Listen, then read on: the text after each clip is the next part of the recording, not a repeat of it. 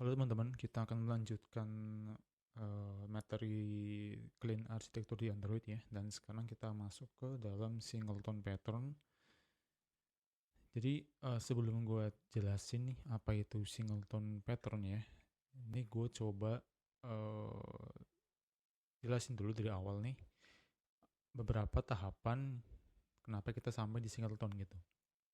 Ini udah gue jelasin di video sebelumnya sih, cuman ini coba tak singgung lagi aja.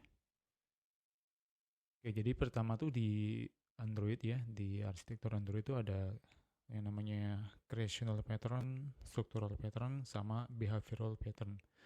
Nah, sekarang kita tuh lagi ada di tahapan creational pattern, yaitu tahap-tahap gimana caranya kita membuat sebuah kode yang fokus kepada tahap pembuatannya. Misalnya kayak alat builder, terus ada singleton yang biasa dipakai di database sama HTTPS ya kan. Nanti kita akan berlanjut ke struktural sampai ke behavioral. Tapi kita akan fokus ke creational dulu. Nah, dalam creational pattern ini ada tiga jenis ya. Ada singleton, ada builder, ada factory. Nah, video ini gue akan coba ngejelasin tentang singleton pattern gitu. Yaitu singkatnya teknik untuk berhubungan dengan pembuatan suatu objek.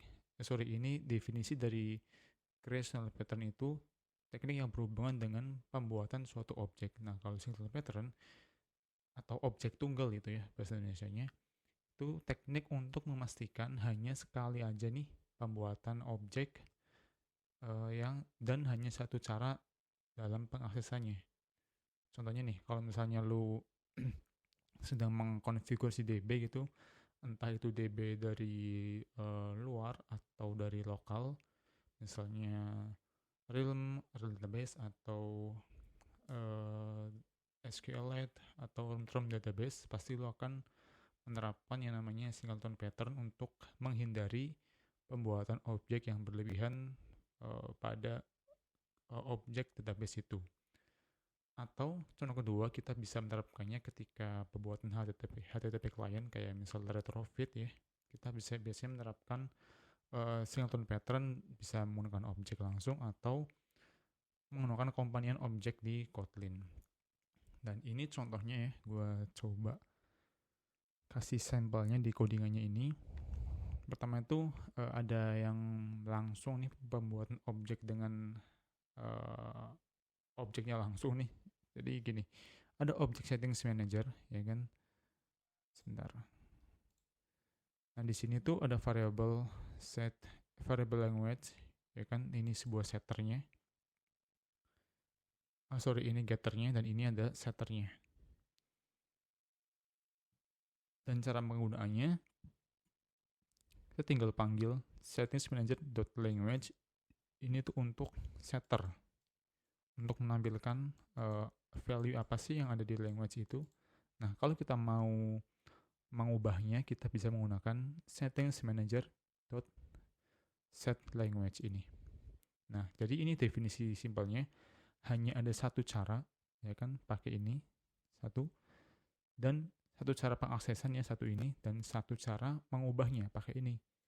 Jadi itu nggak perlu lu bikin banyak objek untuk melakukan hal ini yang sama. Jadi lu pakai objek yang ada untuk melakukan hal-hal yang mirip gitu di banyak kasus lah ya.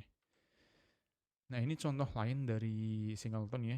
Ini biasanya dipakai kalau misalnya lu tuh mau bikin HTTP client pakai retrofit misalnya, lu bikin objek API client dan lu bikin uh, private file-nya retrofit di sini, config di sini, nanti tinggal dipanggil di sini persis seperti ini, cuman ini dalam studi kasus yang lebih komprehensif lagi gitu.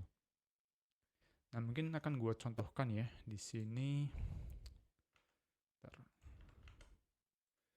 Pertama tuh gue mau coba bikin ya singleton menggunakan objek tunggal nih, objek biasa maksudnya. Jadi pertama tuh misal gue bikin objek login screen ya. Ini gue lagi di halaman login soalnya. Di dalamnya kita bisa tuliskan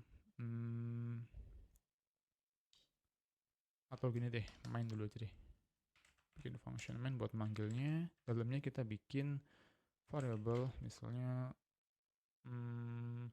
username gitu. Username itu adalah sebuah string, ya kan? Private set.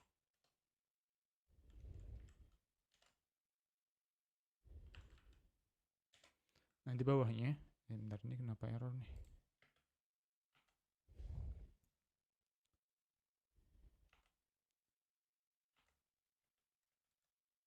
Dikasih nilai, misal nilai defaultnya itu username gitu. Nah, kemudian di sini kita bikin setternya ya untuk mengubahnya. Jadi misalnya kita bikin for set username gitu. Ini gue sambil nyontek aja deh, ya kan? Terus new username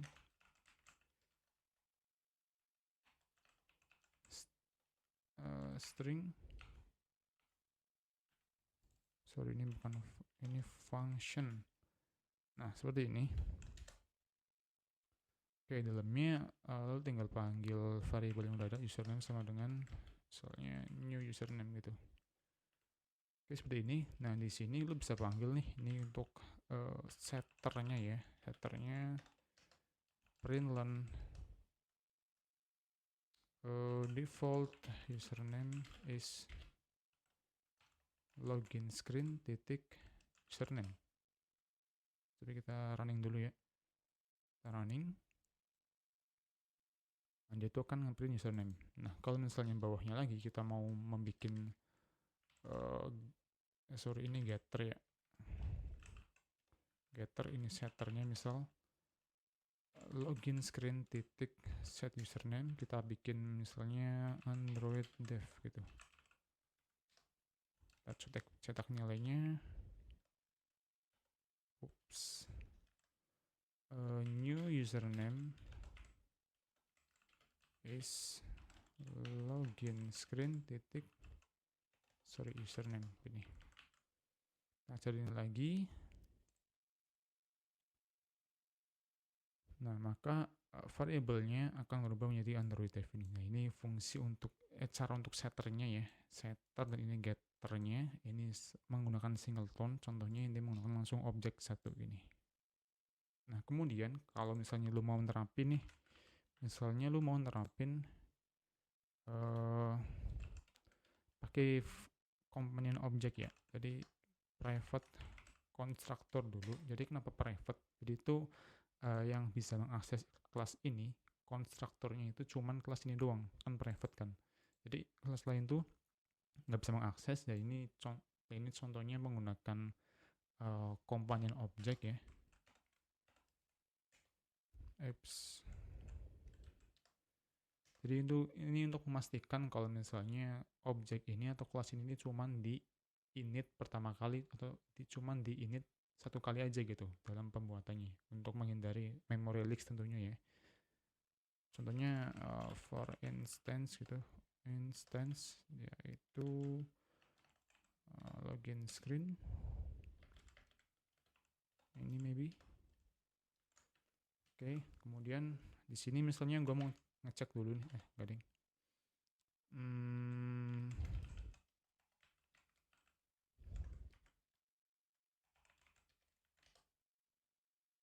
Jika instance-nya itu nggak ada gitu, maka instance sama dengan login screen. Kalau udah ada berarti tinggal di return aja, return instance. Gini. Nah, ini contoh dari penerapan komponen objek ya. Jadi lu tuh bisa nerapin penggunaan singleton lebih luas lagi.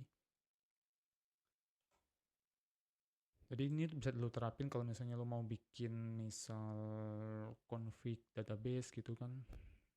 Terus tadi HTTP client tuh bisa pakai komponen objek atau objek langsung.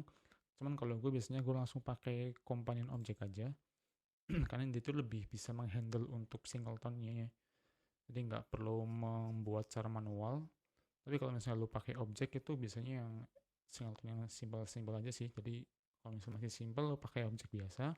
Tapi kalau misalnya udah lumayan kompleks, lu bisa menggunakan komponen objek ini untuk membuat singleton di project Android Kotlin kalian gitu. Jadi mungkin itu sih kurang lebih dari materi kali ini ya.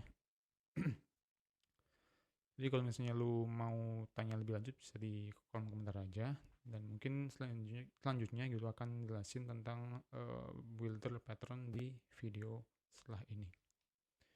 Oke, sampai sekian video kali ini. Sampai jumpa di video berikutnya dan dadah.